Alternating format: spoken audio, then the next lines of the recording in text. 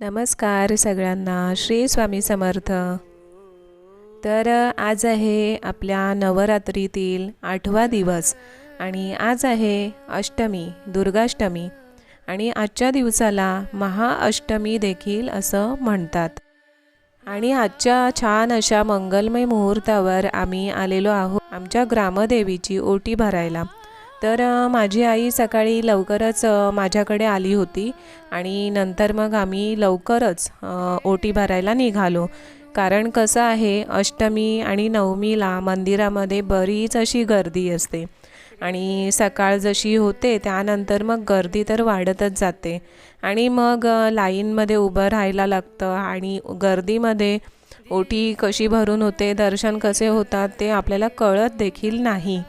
आणि म्हणूनच आम्ही सकाळी लवकरच निघालो जेणेकरून देवीचे छान असे दर्शन व्हावेत आणि छान अशी शांतपणे ओटी भरून व्हावी।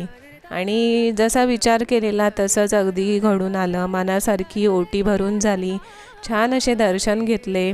देवी आईचं रूप छान असं बघण्यासारखं होतं आणि फारच प्रसन्न असं वातावरण होतं सकाळचं।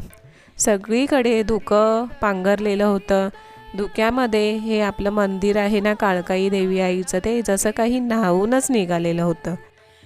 आणि आज तसंच होतं, सकाळपासून असं अंधुक असं वातावरण होतं, ढगाळ वातावरण होतं, पण हवेमध्ये थंडावा तर होताच। आणि आज बरीच अशी कामं होती, म्हणजे देवी आईचे दर्शन घ्यायचे होते आणि त्यानंतर माझ्या माहेरच्या कुलदेवीला सुद्धा मला जायचं होतं। तर ते देखील मंदिर मी तुम्हाला पुढे व्हिडिओमध्ये दाखवेनच। तर आज अजून एक महत्त्वाचा दिवस आहे, ते म्हणजे आपल्या परीचा वाढदिवस। तर आजच्या दिवशी, अष्टमीच्या दिवशी तिचा वाढदिवस असणं म्हणजे खूपच छान असा योगायोग जुळून आलेला आहे। आणि म्हणूनच सकाळ सकाळ देवी आईचे दर्शन घेतले। ती तर कॉलेजमध्ये निघून गेली होती, पण देवी आईला प्रार्थना केली की तिच्या आयुष्यामध्ये सगळं काही छान असं सुरळीत चालू दे तुझ्या आशीर्वादाने आणि तुझा सहवास नेहमीच आमच्या अवतीभोवती आमच्या आयुष्यामध्ये आयुष्यभर असा राहू दे। तर प्रार्थना केली आणि तिथून मग आम्ही मंदिरामध्ये थोडा वेळ व्यतीत केला आणि त्यानंतर मग घरी गेले।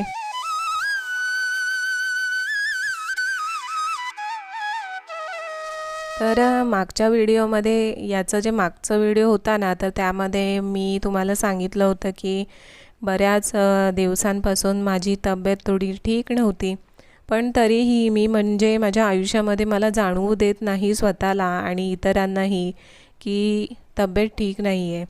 म्हणजे कसं, आपली तब्येत ठीक नसेल तर आपल्याला थोडं अस्वस्थ वाटतं, शरीर आपलं खूप नाजूक झालेलं असतं, पण त्या अवस्थेमध्ये आपल्या मनाने सकारात्मक राहणं किती गरजेचं असतं हे खूप आवश्यक असतं।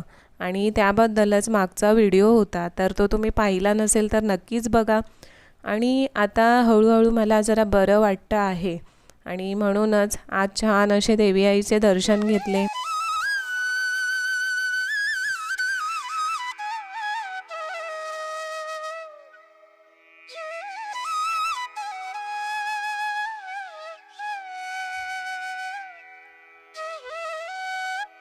आणि देवी आईच्या मंदिरामधून देवी आईच्या ओटीमध्ये भरलेली जी वेणी होती ना, तर ती आम्हाला मिळाली पुजाऱ्यांकडून। तर ती मग मी आपल्या कुलदेवीला, जे मंगळ कळश आहे ना आपल्या कुलदेवीचं, तर तिथे मी अर्पण केलेली आहे। तर किती छान असं स्वरूप दिसतंय ना देवी आईचं।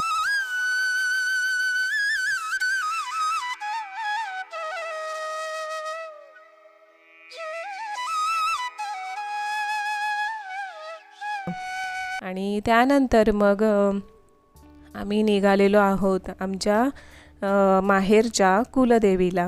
तर तिथे मी गेले आणि जाताना एवढं सुंदर असं वातावरण होतं ना, काय सांगावं। तर तुम्ही व्हिडिओमध्येच पाहू शकता की किती छान असं वातावरण आहे। आता शेती जवळपास तयार होण्याच्याच मार्गावर आलेली आहे।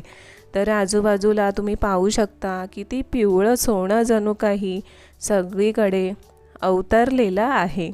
आणि खरं तर कोकणामध्ये हेच सोनं असतं, जे भात शेतीच्या रूपामध्ये तयार होत असतं। तर हे आहे आमच्या कुलदेवीचं मंदिर। कुलदेवी म्हणजे माझ्या माहेरचं जे पूर्ण संपूर्ण जे गाव आहे ना, तर त्या सगळ्यांचं हे ग्रामदैवत आहे. तर इथे पण मी दरवर्षी म्हणजे इथे जेव्हापासून मी स्थायिक झाली आहे ना कोकणामध्ये, तर तेव्हापासून इथेसुद्धा मी नवरात्रीमध्ये ओटी भरून घेते. तर इथे गेल्यावर पण गावातील काही मंडळी वगैरे भेटतात, त्यांच्याशी देखील बोलणं वगैरे होतं, कारण कोणी ना कोणी येतच असतं मंदिरामध्ये. तर हे पहा किती सुंदर मंदिर आहे.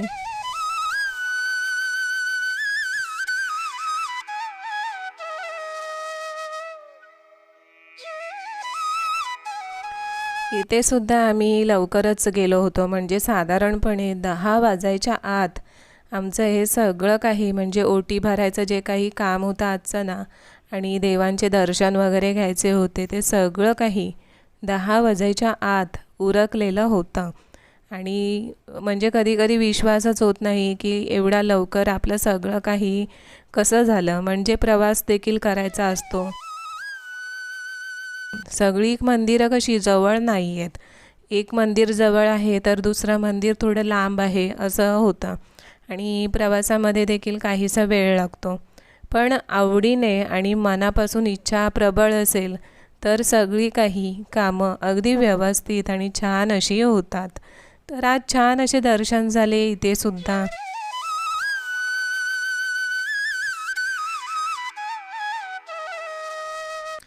इथे पण जास्त गर्दी नव्हती, त्याच्यामुळे छान अशी ओटी भरता आली, छान असे दर्शन झाले आपल्या देवी देवतांचे, ग्रामदेवतांचे, ग्रामदेवीचे, आणि खूप मंगलमय वातावरण होतं इथे सुद्धा. आणि या मंदिरात सुद्धा घट बसवले जातात, तर ते देखील तुम्हाला आता व्हिडिओमध्ये दिसतीलच. तर कसं मगाशी मी सांगितल्याप्रमाणे आज आपल्या परीचा वाढदिवस आहे, आणि काय करायचं तर आईवडिलांची इच्छा होती की तिकडे त्यांच्या घरी सगळं काही सेलिब्रेट वगैरे करूया, म्हणजे जे काही थोडंफार करू ते. कारण जास्त काही आम्हाला करायचं नव्हतं, तर म्हटलं घरगुतीच, पण कसं मुलांना कसं या निमित्ताने खूप बरं वाटतं, आणि हा त्यांचा दिवस असतो, आणि म्हणूनच म्हटलं थोड्याफार प्रमाणात आपण आपल्याच्याने जे काही होतं आहे ते छान असं सेलिब्रेट करूया, म्हणजे कसं तिलासुद्धा चांगलं वाटेल. कारण मुलांचे हे जे दिवस असतात ना, ते खूपच म्हणजे असे अभ्यासामध्ये स्ट्रगल करण्याचे किंवा बरेच अशी मेहनत घेत असतात मुलं. आणि आता ती 12वीला आहे, तर तिने संपूर्णपणे झोकून दिलेलं आहे स्वतःला अभ्यासामध्ये. तर म्हणूनच विचारला की तिला छान असं सरप्राईज देऊया, आईवडिलांकडे नेऊया तिला संध्याकाळी आणि छान असं सरप्राईज देऊया. तर आता इथे मंदिरामध्ये माझी छान अशी ओटी भरून झालेली आहे, आणि हे मंदिर डोंगरावर असल्यामुळे किती सुंदर असं वातावरण दिसतंय पहा. तर निघताना थोडा वेळ तिथे व्यतीत केला, आणि नंतर मग घरी जाऊन मग आपली जी नित्यसेवा असते, देवी आईची जी सेवा असते, दुर्गा सप्तशती पाठ जे मी करायला घेतलेलं आहे सध्या, तर ते सगळं काही सेवा मी करून घेतली, आणि नंतर मग आम्ही संध्याकाळी परीला घेऊन मम्मी पप्पांकडे निघालो.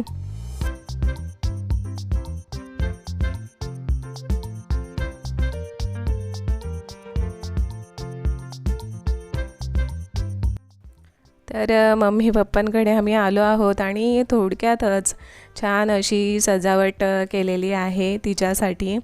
तर हा जो झोपाळा आहे ना, तो ती खूप लहान होती तेव्हा माझ्या मम्मी पप्पांनी तिच्यासाठी आणलेला होता. तर ते तिला अजूनही प्रिय तेवढंच आहे, म्हणजे कधीही गेली ना तरी पण झोपाळ्यावरच असते, झोपाळ्यावरच अभ्यास करणार, तिथेच जेवणार, तिथेच झोपणार.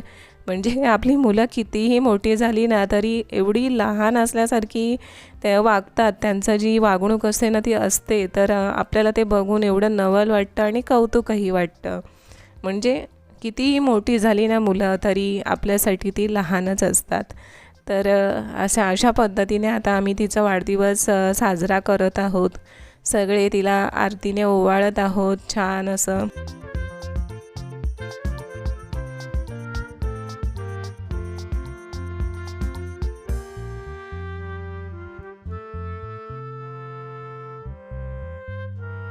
काहीतरी भेटवस्तू द्यायची म्हणून एक छान असं सरप्राईज आम्ही घेतलं होतं तिच्यासाठी. तर म्हटलं तिला न सांगता डिरेक्टली थेट तिच्या हातामध्ये ठेवूया. तर मग वाढदिवस साजरा झाला, सगळ्यांनी केक वगैरे खाल्ला आणि नंतर मग तिच्या हातामध्ये अचानक मी ते सरप्राईज जी गिफ्ट होतं ते ठेवलेलं आहे आणि ते तिला प्रचंड आवडलं. कारण कसं आहे, मुलांना आपण गिफ्ट आणि जे भेटवस्तू असतात ते घ्यायचं, पण मुलांना जे जरुरी असतं त्यांच्या आयुष्यामध्ये त्या भेटवस्तू स्वरूपात आपण घेतल्या तर त्यांनाही तेवढाच आनंद होतो आणि त्या गोष्टींची किंमत जी असते ना तर ती देखील त्यांना समजते.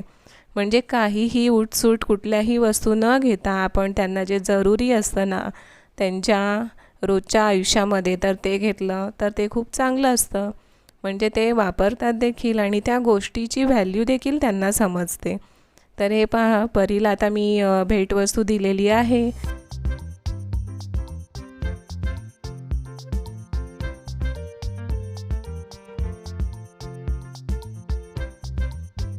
तर हे सुंदर असं घड्याळ तिच्या पप्पांनी तिच्यासाठी आणलेलं होतं.